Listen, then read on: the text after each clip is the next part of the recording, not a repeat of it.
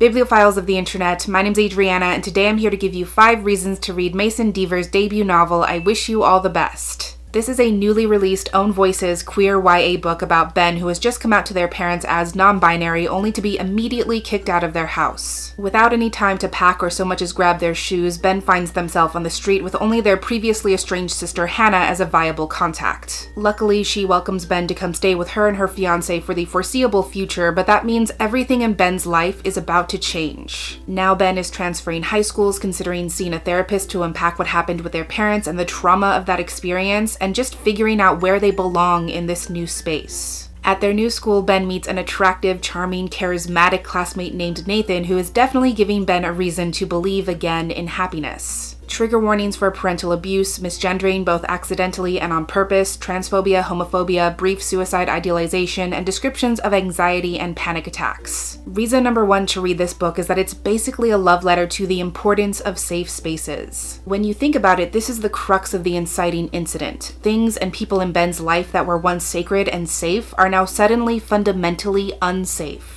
Ben's relationship with their parents has become unsafe. Their childhood home as a haven has become unsafe. The sense of security and assuredness they used to siphon from these dynamics has become unsafe. So I feel like a big part of this story is Ben remembering what it feels like to discover or rediscover what safety feels like and looks like. I think a lot of people only think of safe spaces as literal places, but this book shows how physical and emotional landmarks, activities, people, frames of mind, and even silence can function as safe spaces. One of the best examples of this is Ben's relationship with visual art. Ben is an artist. They love to draw and sketch and paint, and one of the first things in their new school that makes sense to them is art class, because creating art quiets the rest of the world and helps them feel a sense of peace. It's an activity they do that makes them feel right in their own skin because it imparts this feeling of, okay, I know how to do this. I'm supposed to be doing this. And of course, a person who makes Ben feel safe is Nathan, who makes Ben feel seen and understood in a way where they don't even feel the need to out themselves or explain themselves because they can just exist without fear of disrupting these unspoken expectations. So it's incredibly rewarding and powerful to witness Ben reclaim that feeling of safety that was taken from them by way of so many different kinds of safe spaces. Reason number 2 is that this story accurately depicts gender dysphoria and also feelings of confusion and invalidation for non-binary folks who don't have a quote-unquote non-binary look.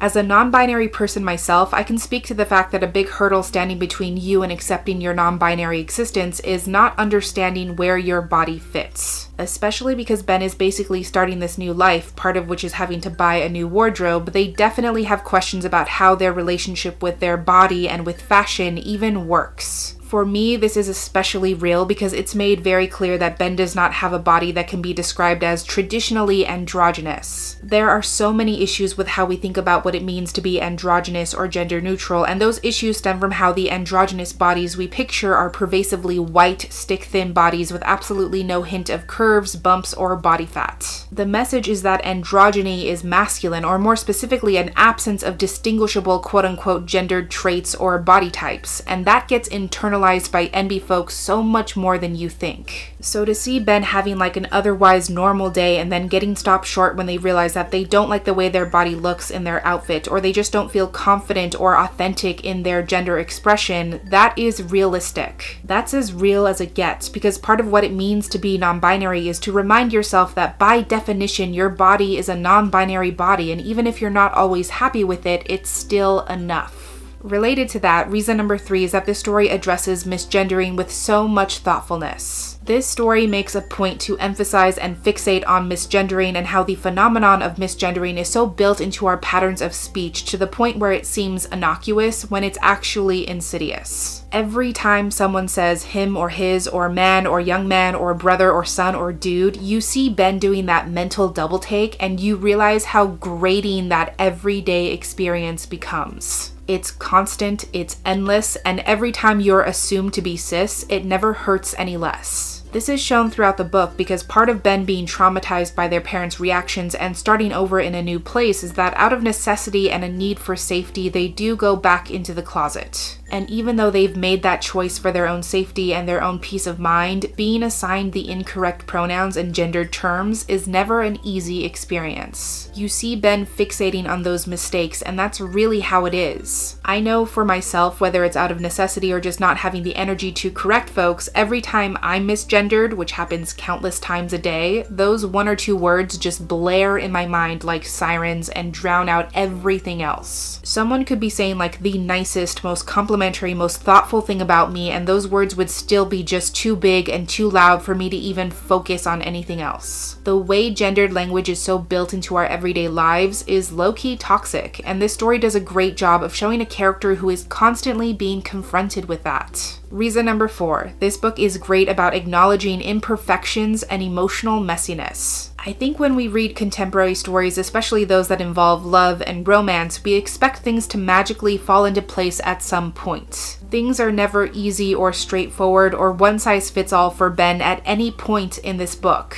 Figuring out their identity and how they feel about their identity is not like a magical key turning into place and unlocking perpetual happiness. Going to therapy for the first time and getting used to it is not this transformative experience that immediately starts making sense. Finding someone who understands them on a fundamental level is not the thing that's gonna fix everything else. I think what Ben's reckoning with most in this book is the realization that perfection does not exist. Ben as a character is extremely critical of themselves and puts a lot of pressure on themselves to be perfect or to quote-unquote fix things that make their life seem less perfect. But that is not sustainable. That does not work. You see it in how Ben scrutinizes their own art and can only see the mess-ups and imperfections, how they can only fixate on the details that cause them to struggle most, when art, much like life, is largely holistic.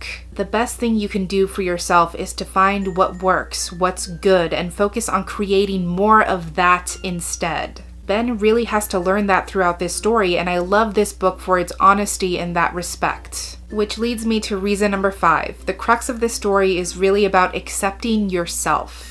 Again, figuring out how you identify is just one step in a larger narrative. The bigger picture is giving yourself permission to find out how that identity fits into you and your life and not the other way around. This story is also about confronting trauma, but I think there's something to be said about how the disruption of your sense of self can be a very deep-seated trauma in and of itself. Ben's parents not being able to understand or accept their child to the point of disowning that child is almost like a confirmation of Ben's fears that they are beyond comprehension, that they are not someone who can be loved, and that being authentic or trying to be authentic is not enough. Throughout this video, I've touched on the myriad of ways that trans folks and non-binary folks are invalidated on a daily basis, and I really feel like this story tackles the internalization of those experiences. It's one thing to seek acceptance from everyone else, but I think Ben's real conflict is not being able to accept themselves and to realize that they are worthy of love and happiness and hopefulness without any prerequisites. And to go back to safe spaces, the ultimate feeling of safety comes from your own sense of self, when you love yourself and when you feel good about yourself, when you stop criticizing yourself. And this story is really about Ben reclaiming that metaphorical space in so many ways. It's hard to come out. It's hard to put words to your own experience. It's hard to love someone else when you feel like you don't deserve love. But Ben is learning that everyone is different and that their kind of different is enough.